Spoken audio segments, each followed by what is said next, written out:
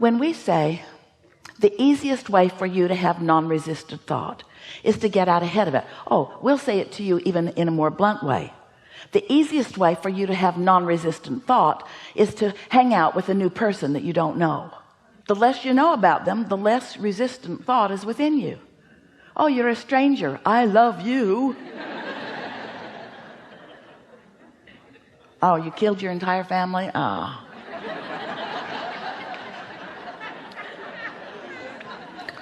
We're just playing with you a little bit here, but we want you to just for a moment try to feel the power of this non-resistant thought. So we've been saying recently, what you want to do is get out ahead of it. You want to get out ahead of your thoughts, and people want to get out ahead of it. They just don't know what that means. And we gave one example already. Segment intending means I'm in a new segment. New people just walked into the room, and do you know that our segment just changed? Because they have no idea what we've been talking about. And so the energy of the room has just shifted. Now, not a problem to all of us, because we're in the vortex. Yes, we're in that empowerment. Might be a little while for them to catch up with it, but the segment did just shift, and therefore you are going to notice a little repetition that you wouldn't have noticed before had new people not walked into the room. Following what we're getting at? Getting out ahead of it. Don't want confusion on the part of those that haven't been here. So when you get into your automobile, it's a new segment. When a new person joins you at the dinner table, a new segment begins. And if you will take just a moment, we're talking about a few seconds to acknowledge new segment and what I intend is. Because if you get out ahead of it, what I intend is to have fun. If you're out ahead of it, even though somebody who joined your dinner table who was in a bad mood and wasn't planning on having any fun, if you got out ahead of it with your intent to have fun, you're more likely to have fun even though he isn't. This is powerful stuff, because we love you so much, you are knee-jerkers. You have knee-jerk reactions to life, and that holds you in mundane creation. It holds you in less powerful creation. It doesn't let you feel your absolute power. Now here's another thing. We're going to stay with you for a little while on this conversation until we can feel that you're grasping it, because this process, you've heard the words before, daydream. Do you remember when you were kids? Before you were responsible, before you felt responsible, before you were resistant, before you were defensive. Some of you can remember those moments in time. Some of them you've been living recently, but it's a little snatch of time where somehow you're not resistant in thought, and your mind is just receiving the ingredients of your vortex. They're putting themselves together with the tutelage or tutorialage, with the help of your inner being, who knows where you stand in relationship to everything that you want, and knows what the ingredients that you've put into your vortex is. So knows what the path of least resistance is for you to receive a thought. So do you think that you're here to create your own reality? You are. But do you think that the reason that you're here to create your own reality is that when you create your own reality, you will like it better? Well, that's one reason. But it isn't the reality that you are creating that you are here about. It's the thrill of reality creating that you're here about. It's the thrill of lining up with your true power and watching what you desire flow to you through the power of your own focus. It's the journey. Now, you've heard that your whole life. The joy is in the journey. Almost everybody is saying it, and nobody knows even what they mean when they're talking about the joy is in the journey. But we want you to know that what we mean by the joy is in the journey is that you did a lot of the journey when you knew what you didn't want, and therefore knew what you did want. And you say, well, that was not all that joyful. And we say, well, it was to your inner being, because you were identifying who you are. When someone was rude, you said, I like nicer. When somebody was hateful, you want more love. When somebody is diminished in some way, you want upliftment. When someone is sick, you want well. When someone's confused, you want clarity. When it's you, even more. You've been isolating and identifying, and there is this extraordinary grouping of ingredients that are the making of an ecstatic life experience for you. But you got to find a way to be in the vibrational vicinity of it. Now, we've been telling you this story in lots of different ways. We've been saying to you, step one is you ask. That's the contrast part of it. Know what I don't want, ask for what I do want, whether you put it in words or not. Step two is that's the source energy part of it. That's your inner being part of it. That's the vortex part of it. That's the gathering of the cooperative components part of it. Step two, when you ask, it is given. It's in vibrational form, and you say, I don't want it to be in vibrational form. I want it to be out where I can see it. I'd like to park it in my garage. I'd like to take it to my bed. I would like to go to the movies with it.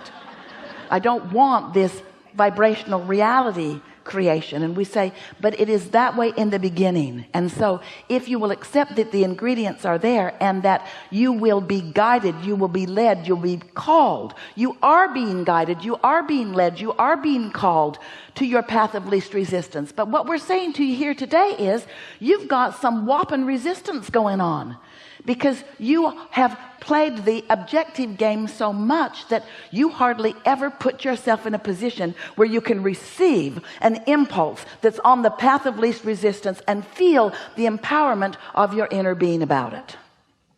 So as we're moving forward in this day, we'll play some of this with you if you want to. We want this to just not be something that sort of is intellectually satisfying, or even something that makes some sense to you if you've been studying the law of attraction. We want it to be something that feels real to you. We want it to be something that you say all day long, as Esther often does, ooh, I've got that magical thing going. Because if you take 10 seconds here and 10 seconds there and 10 seconds here to let yourself dream free, if you will allow yourself to just dream free. Esther's been playing this game. We'll tell you some of it. We'll tell you some of the amazing things that have been happening as a result of it. But here's one really extraordinary manifestation that came about as a result of Esther hearing what we're saying about daydream. And by daydream, we mean you're not asleep. By daydream, we mean you're awake. And by daydream, we mean it hasn't manifested yet. It's still a dream. And by daydream, we mean you're in your day, you're wide awake, but what's in your vortex, which you are still calling a dream, is visualized by you. It's felt by you. It's known by you. You know it even though it hasn't come out to play to you. These thoughts have not yet turned to things where you and everyone else can see them, but they are real and they are unfolding, and they will come out and play with you where you will see them. There's power in this. But if you daydream a little and then you kill it with reality, and then you daydream a little and then you kill it with reality, and you daydream a little and then you contradict it with some other fact, then you're going back and forth and back and forth and back and forth, and you're never allowing the true power of this to culminate into something that manifests. There are people in your world that are doing that. There are masters of science and masters of mathematics and masters of music and masters of all kinds of things. There are inventors of things. There are all kinds of people that have allowed these thoughts to turn to things in their mind, who have been willing to follow that non-resisted path, who have been willing, here it is, to pay the great big price of happiness. We know, we're being sarcastic, it's a lot to ask of you to want to feel good enough that you will isolate some thoughts and allow yourself to be that dreamer. So here we're just going to tell you one of the things that happened to Esther. And as we move forward, if there's time, and if we're not full of all what you are asking for, then we'll tell you what Esther's been doing. But we'd rather talk about what you are asking for. But there's so much good stuff going on. So Esther said, Abraham, what do you mean by a daydream? And we said, it's a thought that just occurs to you. And when it does, it's so delicious you don't want to take your attention from it. And when you allow yourself to just softly receive it, this is not a thought you think. This is a thought you receive. This is not you making something happen. This is not you setting goals. This is you receiving clues and ideas and impulses about the goals you've already set. This is about having masters of the universe focusing to you, and you being in a place of receiving the thought and it being pleasant while you receive it, and not too long after, you knowing that that was a piece, and that was a piece, and that was a piece, and that was a piece, and oh wow, look at this. So Esther went to Nashville for the first time to visit some friends.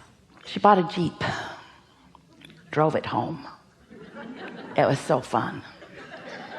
And while she was there, they went to dinner, and on their way to dinner they saw a building, and her friend said, our friend has been in this building for many years. She's sort of like the heart of the community, but she and her husband are moving out of town now, and so she's selling everything in the building. Want to go in? Esther said yes.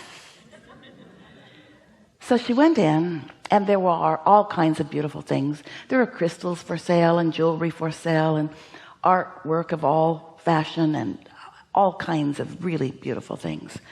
And Esther got fixated on, her friend pointed it out to her, and then Esther couldn't take her eyes off of it. It's a painting. A man from Vietnam painted it. The colors are soft and lovely, but it is a painting of a lake. Most beautiful soft colors. It's oil, but it's so soft it looks like pastels. And in the sky are two owls. Esther likes owls. And in the lake is a bed, just sitting on the water, with a red bedspread and a woman sitting on it. Sitting. And Esther said, she's got to be daydreaming. Nothing else makes sense. If she was dreaming, she'd be laying down. What's that bed doing on the lake anyway? I'm going to frame that, and I'm going to put a little plaque on it, and it's going to say daydream.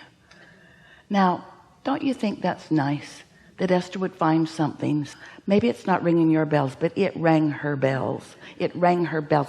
What else could this possibly be? This is someone wide awake in the middle of the day, sitting on her bed in the middle of a lake. What do you want to talk about? A lot of trouble in this room. We've got you for now. You won't stay as you are for long. Let's begin right here.